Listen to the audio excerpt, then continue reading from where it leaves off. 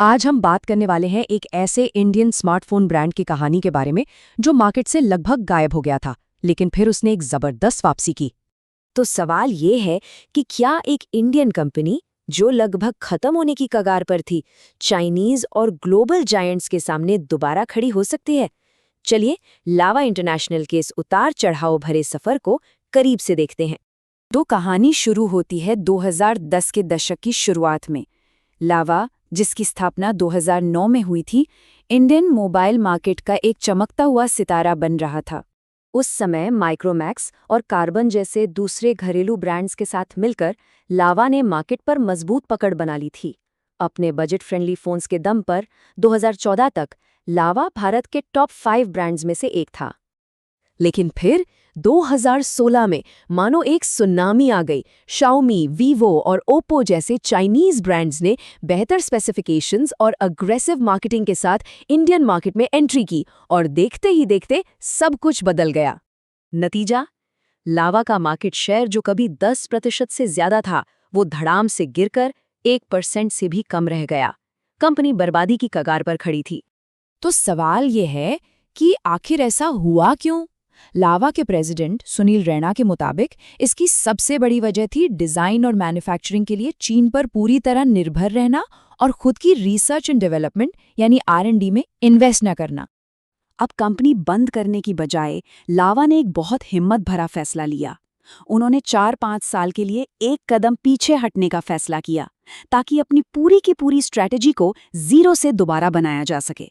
Company ने अपनी वापसी की नींव 3 मजबूत पिलर्स पर रखी। पहला, मेक इन इंडिया, मतलब चीन से सब कुछ भारत में शिफ्ट करना। दूसरा, अपनी खुद की R&D टीम बनाना। और तीसरा, हर महीने नया फोन लॉन्च करने की रेस से हटकर क्वालिटी पर फोकस करना। ये एक बहुत बड़ा स्ट्रैटेजिक मूव था। साल 2020 में लावा ने 800 करोड़ रुपए के इन्वेस्टमेंट के साथ अपना पूरा डिजाइन और मैन्युफैक्चरिंग बिजनेस चीन से भारत शिफ्ट करने का ऐलान कर दिया और अपनी 600 से ज्यादा इंजीनियर्स की टीम को वापस भारत ले आए। कंपनी का विजन अब बहुत बड़ा और साहसी था।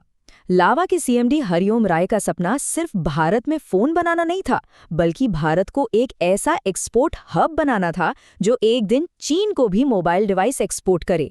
और इस नई रणनीति के साथ लावा ने मार्केट में धमाकेदार वापसी की। इस बार वो ऐसे प्रोडक्ट्स और सर्विसेज लेकर आए जिसने सबका ध्यान अपनी ओर खींच लिया।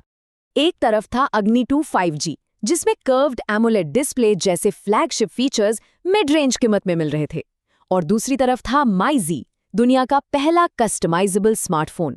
सोचिए, एक ऐसा फोन जिसमें आप कैमरा, रैम और स्टोरेज खुद अपनी जरूरत के हिसाब से चुन सकते थे। लेकिन बात सिर्फ प्रोडक्ट्स तक ही सीमित नहीं थी। लावा ने अपनी रिपेयर टू होम सर्विस के साथ कस्टमर सपोर्ट का पूरा गेम ही बदल दिया। मतलब अब आपका फोन घर पर ही ठीक होगा। इसके पीछे की फिलॉसफी बहुत सिंपल थी। अगर फोन में कोई खराबी है तो ये कंपनी की जिम्मेदारी है कि वो ग्राहक तक पहुंचे, ना कि ग्राहक सर्विस सेंटर के चक्कर लगाए। और इस सोच का सबसे बेहतरीन उदाहरण है केरल की ये सच्ची कहानी। हुआ ये कि एक कस्टमर ने चलती ट्रेन से फोन किया कि उसके फोन में सॉफ्टवेयर की दिक्कत है। तो जानते हैं लावा के इंजीनियर ने क्या किया? उसने उस ट्रेन का टिकट खरीदा, कस्टमर को चलती ट्रेन में ढूंढा और अगला स्टेशन आने से पहले ही उसका फोन ठीक कर दिया। ये है कमिटमेंट का लेवल। तो इस तरह एक लगभग खत्म हो चुकी कंपनी ने वापसी तो कर ली। अब सवाल ये है कि लावा का अगला कदम क्या है? कंपनी का अगला लक्ष्य बिल्कुल साफ है। अगले 2 से 3 सालों में 15,000 रुपए से कम वाले स्मार्टफोन सेगमेंट में भारत का सबसे बड़ा प्लेयर बनना। वो आगे बढ़ने से पहले इस सबसे बड़े मार्केट सेगमेंट पर अपनी पकड़ मजबूत करना चाहते हैं। लावा की कहानी सिर्फ एक कंपनी की वापसी की कहानी नहीं है। ये भारत के मेक इन इंडिया सपने का एक जीता जागता सबूत है। ये दिखाती है कि अगर इरादे मजबूत हों और स्ट्रैटेजी सही हो तो एक इंडियन ब्रांड दुनिया के सबसे मुश्किल बाजारों में न सिर्फ टिक सकता है बल्कि जीत भी सकता है।